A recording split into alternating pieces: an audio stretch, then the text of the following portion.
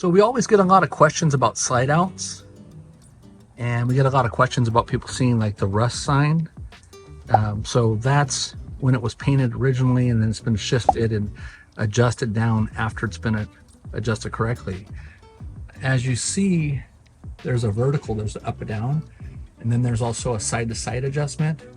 There's also a stop adjustment to let how much maximum minimum rim comes out on the shaft of the ram that goes in there.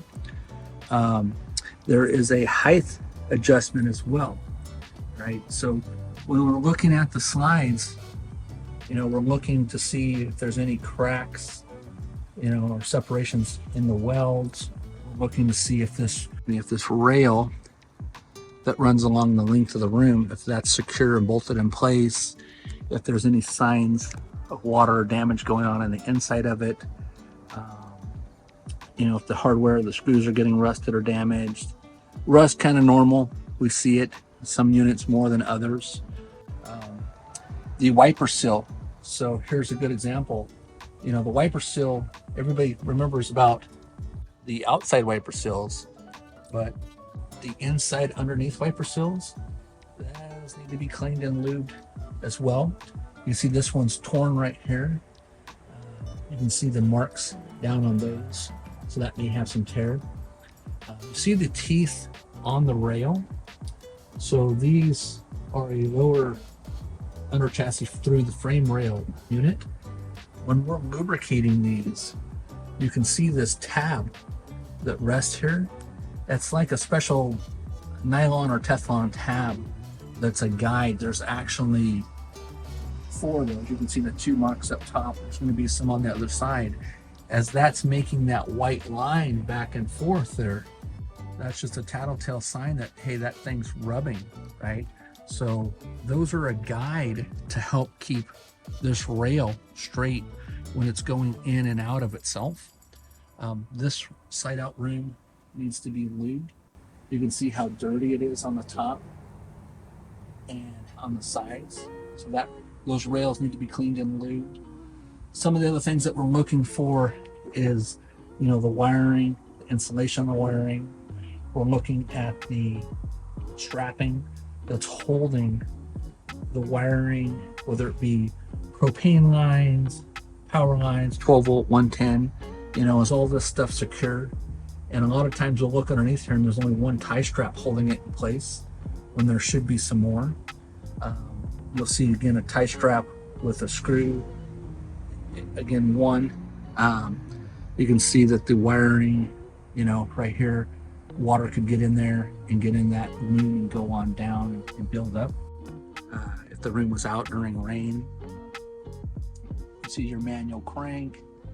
So there's a bunch of stuff that we're looking at. We're looking at to see if there's any damage or wear marks underneath the material. So right here, I don't know if you can see the lines or not from the indentation from the rollers, but periodically it's a good idea to get in here, peel back these rubbers, and get up underneath here and see if there's anything, that's stuck or sticking out.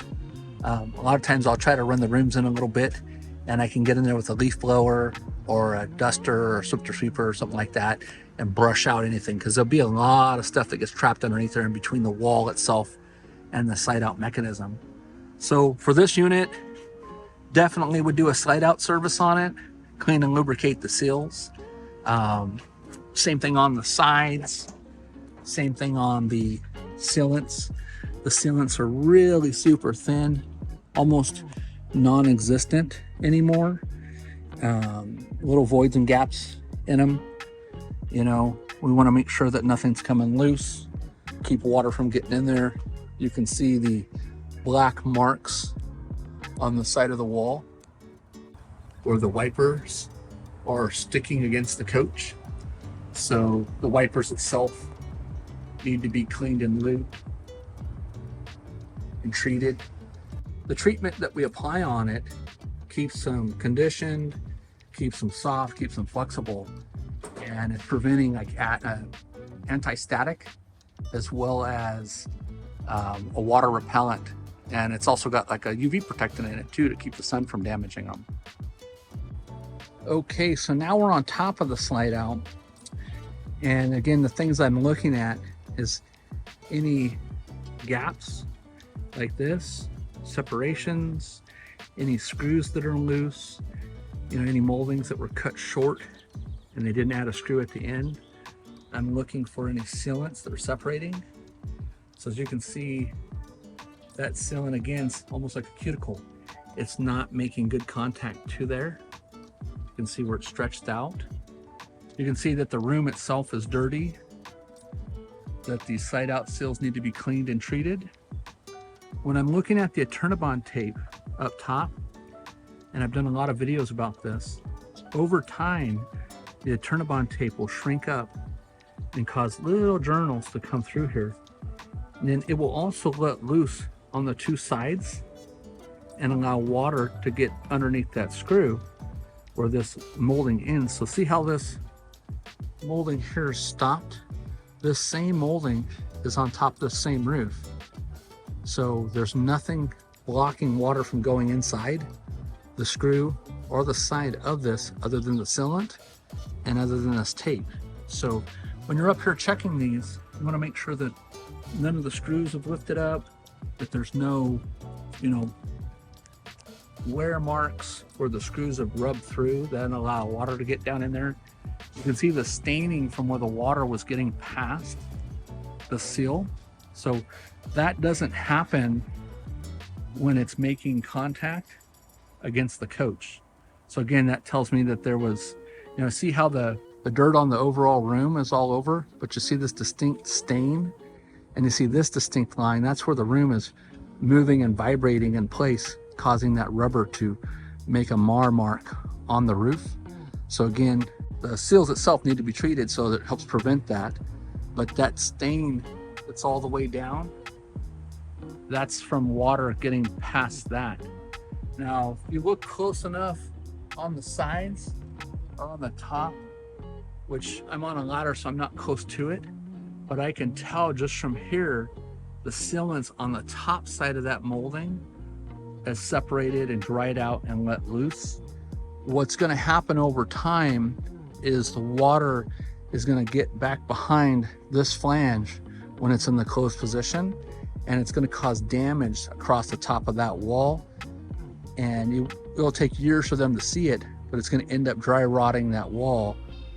So again, if you go to look at some of our older YouTube videos and pictures, you'll see where we've had to completely rip out rooms and rebuild the whole top section of that wall because the actual slide out room just came right through it.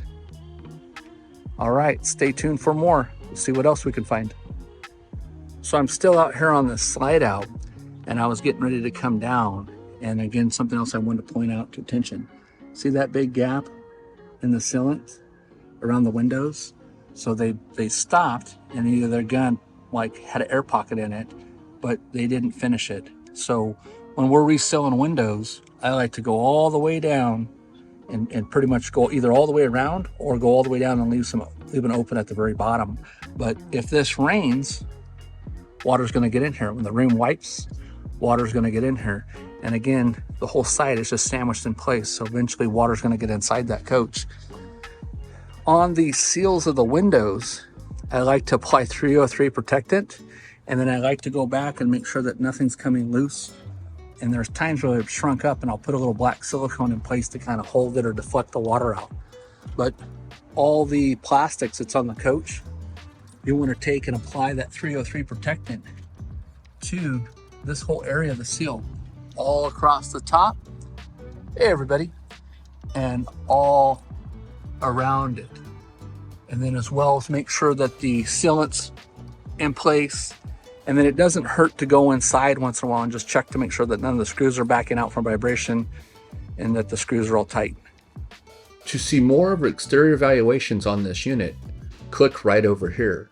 And to hear more about one of our favorite products, click right over there. I've got tons of content just like this. I hope you subscribe to us and don't miss out on my future videos. Thank you so much.